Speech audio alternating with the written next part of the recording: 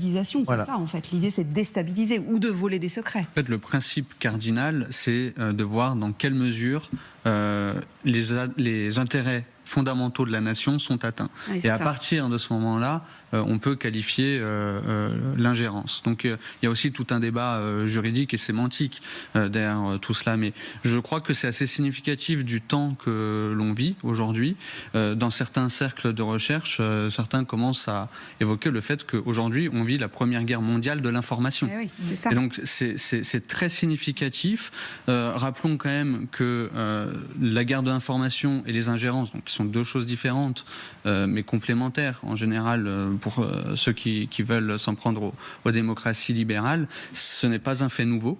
Mais c'est un phénomène qui s'intensifie très dangereusement, notamment, et ça a été rappelé tout à l'heure, à l'aune d'une année électorale très importante, précisément dans ces démocraties libérales. Il y aura les élections européennes, il y aura les élections américaines. Il y a déjà eu un précédent en 2016 avec une ingérence avérée des autorités russes dans l'élection présidentielle américaine. Et je crois que vous avez bien souligné tout à l'heure le fait qu'il y a un travail de pédagogie à faire, en premier lieu, notamment auprès des jeunes qui utilisent aussi beaucoup les réseaux sociaux et qui peuvent relayer parfois sans connaître le sujet, la réalité du sujet, ils peuvent relayer des fausses informations. Donc il y a ce travail de pédagogie, il y a un travail de transparence, et il y a un amendement qui a été adopté, qui a été proposé par le député Benjamin Haddad pour très intéressant sur les think tanks, pour que les think tanks de manière transparente, explicite, et disent quels sont les organismes étrangers qui leur versent des dons ou des financements qui font appel à leur déclaré à la haute autorité pour la transparence de la vie publique. Transparence, la pédagogie, c'est très important. Et puis enfin, il y a le dernier échelon,